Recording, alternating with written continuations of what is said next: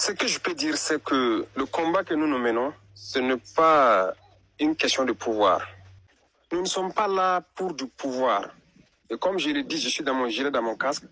L'idée même, c'était de descendre quelque part avec les mêmes hommes qui m'ont suivi pour faire un nettoyage. Donc l'idée n'est pas le pouvoir. Ça ne nous intéresse pas, ça. Ça empêche de vivre tranquillement, si je peux dire, en fait. Oui, peut-être même moins que ce calendrier. Moins que ce calendrier. Quand nous faisons l'estimation, le programme que nous voulons mettre en place, nous n'avons pas besoin de 12 mois même pour passer à plus de 60%. Donc, on n'a pas besoin, selon nous, de 2 ans pour ça. Donc, le calendrier de la CEDEAO est large même. Parce que vous ne comprenez pas les aspects militaires. C'est des petits problèmes logistiques et des considérations de la valeur humaine. C'est ça le problème. Donc, c'est ce qui nous a amenés ici.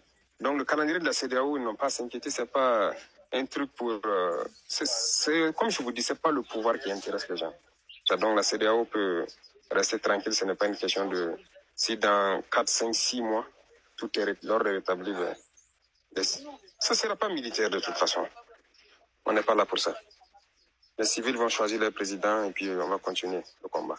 Comme je vous dis, ce n'est pas le pouvoir qui intéresse les gens. Je dis, c'est pas le pouvoir qui intéresse les gens. Il est désormais le président du Faso.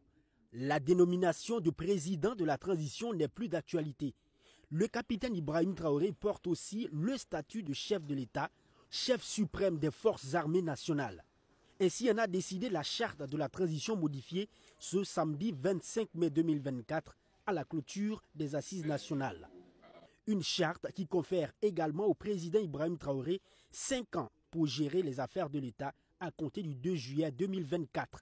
Vous dites, ce n'est pas le pouvoir qui intéresse les gens. Le combat que nous menons, c'est pour le Burkina Faso. Il faut aller dans les fins fonds du Burkina pour comprendre certaines choses. Quand vous arrivez, moi je patrouille dans les brousses avec mes hommes.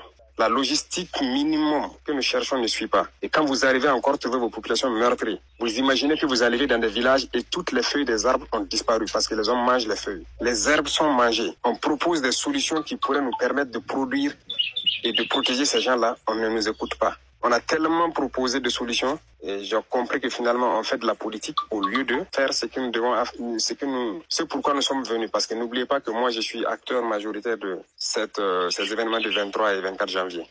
Les djihadistes sont repartis de Mansilla avec 2 de mes enfants, explique un père de famille accablé. Il explique, le jour de l'attaque, il n'y a pas eu de riposte de la part des forces de sécurité et de défense. Selon un autre témoin, déjà la veille de l'attaque, on sentait la présence de corps étrangers dans la localité de Mansilla. Ils ont tiré vers le camp militaire, explique un autre, qui affirme également que les forces étrangères, c'est-à-dire les djihadistes, sont repartis avec de l'armement lourd, de l'équipement ainsi que d'otages. Plusieurs questions subsistent une semaine après cette attaque. D'abord à Ouagadougou. Que devient réellement le capitaine Ibrahim Traoré? Contrôle-t-il encore totalement la situation? Certains se posent la question parce qu'il y a un calme apparent mais inquiétant sur place. Ensuite, d'après nos informations, il a renforcé depuis la présence russe dans la capitale du Burkina. Des instructeurs russes sont venus renforcer le dispositif qui est sur place et tous les regards sont désormais tournés vers ce mercredi, jour de Conseil de ministres. Va-t-il apparaître? Que va-t-il dire? Que va-t-il faire? De nombreuses questions, pour le moment sans réponse. Certains ont riposté publiquement à nos propos parce qu'ils se sentent indexés. Mais je peux vous assurer, jeunesse, que lorsque nous nous retrouvons dans les couloirs, ces mêmes chefs d'État nous disent « Vous êtes sur la bonne voie, c'est ce qu'il faut faire pour que l'Afrique puisse s'en sortir. » Ce que moi je pourrais leur dire véritablement, c'est d'aller vers la paix. D'aller vers la paix. Parce que ils savent que notre pays a beaucoup souffert. Il y a trop de populations qui ont perdu la vie. Il y a également il y a la misère qui s'installe. Il faut faire l'effort d'aller vers la paix. Aller vers la paix, pour moi, ça veut dire éviter éviter au maximum tout ce qui peut renforcer la guerre. Ils nous diront, vous savez, Thomas Sankara a essayé de faire comme ça, mais il est où? Il est mort. Le président haïtien, il a essayé de faire comme ça, il est où? Il est mort. Kadhafi a essayé comme ça, il est où? Il est mort. Voilà des propos qu'on nous tient de manière voilée pour nous faire peur. Moi, j'ai l'impression qu'on est plus dans des divisions. On entretient certaines divisions. Et ça, on ne peut pas gagner une paix à travers en divisant. Nous ne viendrons même pas parler de nous ici au Sahel. Depuis près de 10 ans, le Sahel est le théâtre du terrorisme international. Mais nous ne voyons aucun soutien de ces organisations pour trouver une solution à ce problème. Vous avez été aux affaires, est-ce que vous avez trouvé cette méthode de coordination dont vous parlez? Au début, ce n'était pas aisé, mais à la fin... À la fin, vous vous entendiez? À la fin, on arrivait à avoir, en tout cas, une coopération avec les forces dans le cadre des opérations militaires. Le problème que nous connaissons au Burkina Faso, à savoir l'insécurité, est d'abord une problématique, une question interne. C'est une question interne. Si nous prenions aujourd'hui d'autres partenaires qui viennent, qui ne connaissent pas nos réalités, qui ne connaissent pas nos populations, qui ne connaissent pas nos habitudes, qui ne connaissent pas le mode d'action ou le mode d'évolution des bandes ou des groupes armés. Et comment ces partenaires-là peuvent être efficaces? Il faut unir, il faut tout faire pour unir nos communautés entre elles. Il faut tout faire pour unir nos forces entre elles. Il faut oser dialoguer avec les groupes armés. Il faut oser dialoguer parce que il ne faut pas qu'on les regarde comme des gens d'une autre race ou bien d'un autre pays. Mais je pense qu'ils n'ont pas compris quelque chose.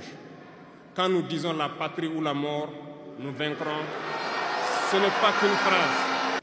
Des Africains ont été traîtres pour que la traite négrière réussisse en Afrique. C'est parce que des Africains ont été traîtres que la colonisation a pu tenir en Afrique. Interrogeons l'histoire, nous le verrons. Lumumba, Patrice Lumumba a été trahi parce qu'il a osé tenir tête.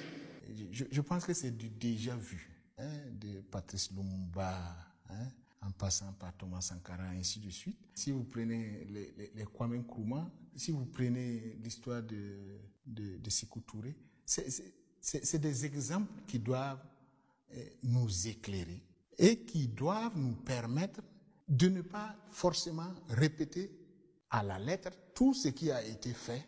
Ils ont une vision claire de la chose, mais comment on implémente ça au mieux. Nous vous parlions il y a presque un mois maintenant de ce massacre de civils dans le nord du Burkina Faso.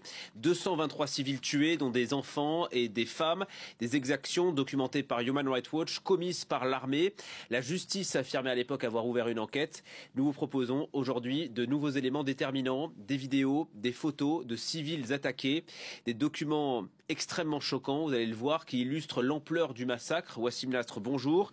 C'est vous qui avez effectué ce travail et on commence dans le village de Soro où 179 personnes, d'après Human Rights Watch, dont 36 enfants et 4 femmes enceintes ont été exécutées par l'armée. Oui, même le bilan est monté jusqu'à plus de 200 avec les derniers chiffres. Je vous dis, c'est pas le pouvoir qui intéresse les gens. J'irai rendre un hommage vibrant à nos vaillantes forces de défense et de sécurité et nos vaillants VDP qui se battent jour et nuit pour que le Burkina Faso soit et tienne debout. Le pays a tellement souffert depuis 7 à 8 ans du terrorisme. Les infrastructures sont détruites, les vies humaines sont perdues, les militaires sont épuisés. Il y a trop de problèmes. L'économie est en berne. L'homme est un produit d'une société et chaque pays appartient au monde. Voilà, et il faut s'interdire de fragiliser, de créer des tensions avec les autres pays, soit qui nous entourent ou bien qui sont des pays partenaires. Et c'est important. Voilà, il faut s'interdire ça. Il n'y a pas de voilà, raison pour vous de... mais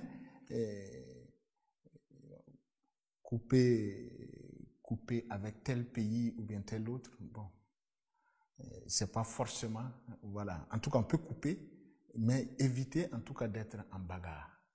Voilà, de complexifier encore, ou bien de créer des tensions. Voilà, on a déjà suffisamment de tensions en interne. Et tout l'effort doit porter sur comment est-ce qu'on trouve des solutions pour stabiliser notre pays.